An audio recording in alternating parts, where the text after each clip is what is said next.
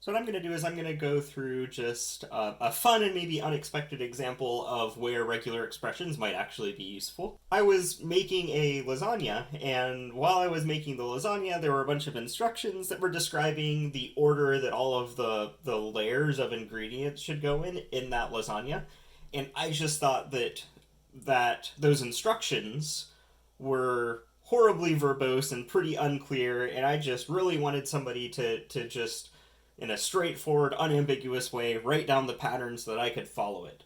So what I actually did is I went through that recipe and I read through all those instructions for how to layer the lasagna, and I actually converted that into a regular expression so that I could more easily sort of follow along what was going on.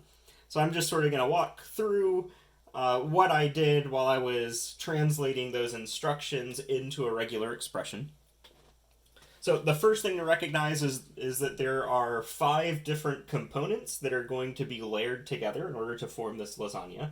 So there is bechamel sauce, there are the lasagna noodles, there's a ricotta cheese mixture, there is Parmesan cheese, and then some tomato sauce.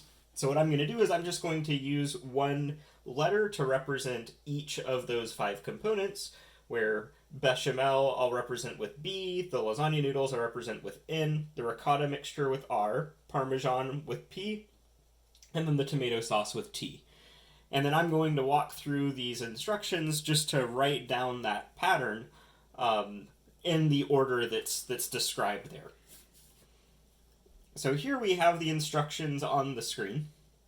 And starting with step 10, this is where the order of the lasagna is being described, and it ends all the way with step 16. So all 7 of the steps 10 through 16 describe how exactly you layer together the lasagna. And we can see here step 10 is spoon some bechamel into the baking pan in order to kind of coat the bottom of the pan. And so that's it. So because step 10 is the first one describing these layers, and it's saying let's do bechamel sauce, we have that the first character in our regular expression is going to be a B. Step 11 then says you're going to gently squeeze any remaining water from the pasta. Use 2 or 3 sheets to entirely cover the bottom of the pan with minimum overlap. Leave ends hanging over the sides. All 4 sides need not have overhang. 2 is plenty. So this is basically saying that after we do the bechamel, we have the noodles next. So we're going to have an N as the next thing in our pattern. So far, pretty straightforward. Let's see what we get into next. So next we're going to put about 1/3 of the ricotta mixture evenly over the pasta to create a foundation. Then layer with sheets of pasta from edge to edge, trimming to avoid overlap. So this is saying we want to do ricotta mixture and then pasta. So there are 2 layers in this step. So we're going to do ricotta and then the noodles again after that. Then step 13, tomato sauce covered with pasta. So next we do tomato sauce T, and then noodles after that N. So step 14 is now 1 cup of bechamel over the next layer. So we have bechamel after that.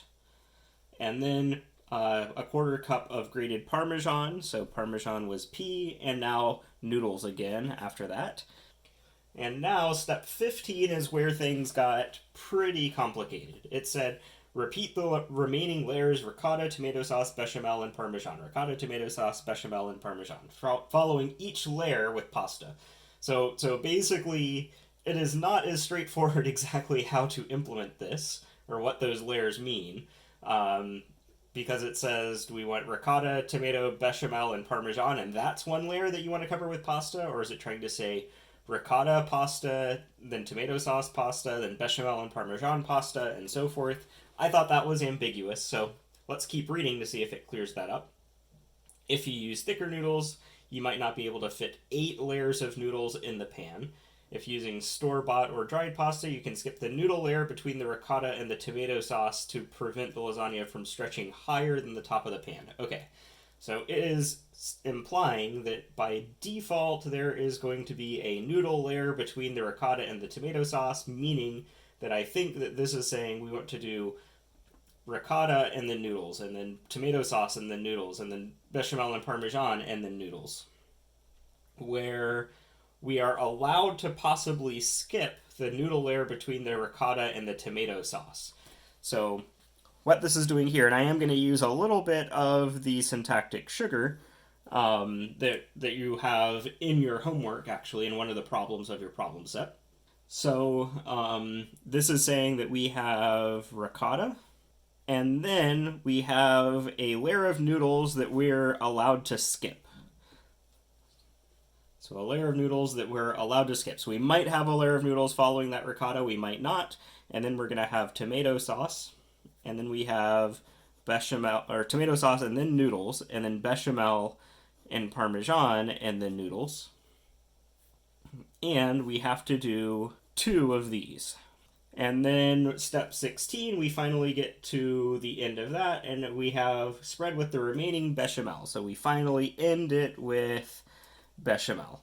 So now this was the regular expression that I got for a lasagna. So I consider that any string that matches this to be the lasagna language. And now one more thing to note here is that my pan was actually too shallow for all of this. So in my opinion, I think that instead of there being a 2 quantifier here, I think this should be a star. That way you can have as many of these as you want. So if you have a really shallow pan, maybe you have 0 of these and you still got all your components. If you have a really, really tall pan, maybe you want more than 2 layers. I ended up doing just 1 layer there rather than 2, because that's all that my pan could fit. So I present to you now officially the lasagna language as a regular expression.